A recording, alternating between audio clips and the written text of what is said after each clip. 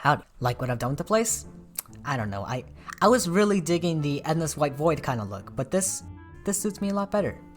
It's a lot more homey and looks a lot less like an asylum. Anyways, let's move on. I love me a good night's sleep.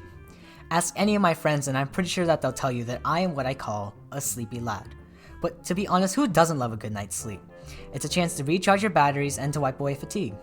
I also use this as a chance to review how I did throughout the day, kinda like a performance check.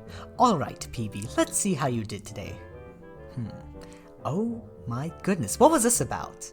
What, when I was talking to my friends on the phone? You made none of them laugh. They're gonna think you lost your touch. That's unacceptable.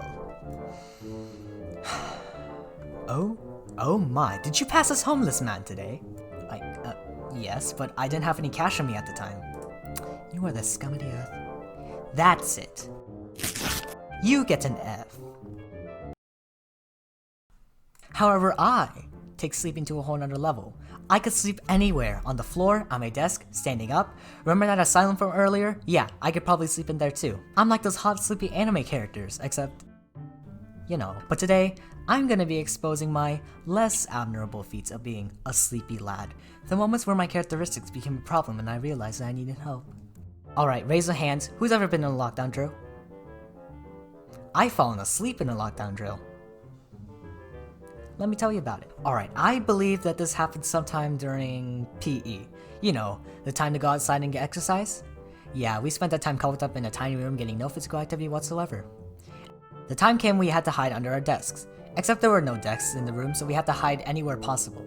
There was a stack of chairs in the corner of the room, so I decided to hide under there. It was pretty cramped, but I didn't bother changing my hiding place because I thought the lockdown would only last a few minutes. However, that was not the case. So here I was, stuck under a pile of chairs, in a cramped room, for an entire hour. After a while, the teacher turned off the lights, and that's when my eyes started to feel heavy, and I began to feel more sleepy until... Yeah, I fell asleep under a pile of chairs. After a while, I woke up to the light of an open door in the face of a concerned teacher who probably saw me knocked out on the floor for a few minutes. Instead of apologizing for falling asleep, I just got up, said hi, and walked outside to join the rest of my classmates. Why? Because I'm just like that. I don't have an image to maintain. Like, some people might be embarrassed by this story, but I feel no shame. In fact, I might even do it again. I'm being serious here. Something about the claustrophobic space, the temperature of the room, and the fact that it was dark all played a part in my comfort. This is how I sleep now. Wait, hold on, I want to look up something. Sound sleepers share a surprising secret, a bustling brain. A new study report shows that people who can sleep through anything show more frequent bursts of brain activity called sleep spindles than do their light sleeping counterparts. Guys, I think I might have sleep spindles. Alright, so there was this one time where I was eating lunch with some friends and I was just super sleepy. Like, I went to bed at 12 because I had so much homework last night. At that point, I found any spot comfortable, including the table that I was sitting at. You know when some people get tired, they start to act more whimsical, giggly, maybe even shift into survival mode? Me? I just fall asleep. And on this particular day, I was gonna showcase some interesting traits of myself. So I have this friend, we'll call him Nate, and being the amazing, stupendous, altruistic friend he is, decided that he was gonna mess with me. It wasn't anything too serious, he was just messing up my hair, speaking in my ear, touching my face, stuff like that. But the strange thing was that I remained in my slumber throughout the entire thing. No matter what he did or said, I just didn't wake up. Well, I assume that's what happened, because when I woke up, I was just a mess, and I had no idea what happened until my friends told me. If you're wondering, I'm not mad. It's not like our relationship ended because of some messed up hair. Even though I love sleep, I barely get any of it.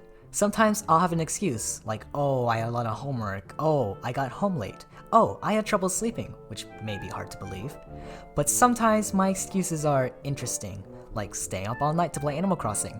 I knew what I was getting myself into when I got the game and I have no regrets. Unfortunately, I didn't get away with such treacherous acts, and suffered the consequences for my actions. One specific story that stands out to me happened when I was, I want to say 4 years old? Anyway, I remember wanting to go downstairs to get a drink, but I was under the impression that my parents would scold me for being out of bed, even though I was just getting a drink of water, like, what the heck? So with my sleep-deprived brain, I decided I was gonna go all solid snake and sneak down the stairs. Yes, this is a great idea. My living room looks something like this. My parents were sitting on the couch, and to the left of the couch was the staircase. So when I was climbing down the stairs, I'm pretty sure that my parents could see me like 100% of the time. So there I was, climbing down the stairs, trying to hide myself behind the bars on the staircase, and failing miserably. Alright, I've embarrassed myself long enough. Time for me to close out. I've been a sleepy lad for as long as I can remember, and I've experienced the ups and downs that come with being one, but they haven't affected me as a person. I will still remain pretty energetic and positive throughout the day, when I'm not sleepy that is. So I see my traits not as a blessing, nor as a curse, but as a part of my overall character. Let's just hope that I don't fall asleep during a real disaster.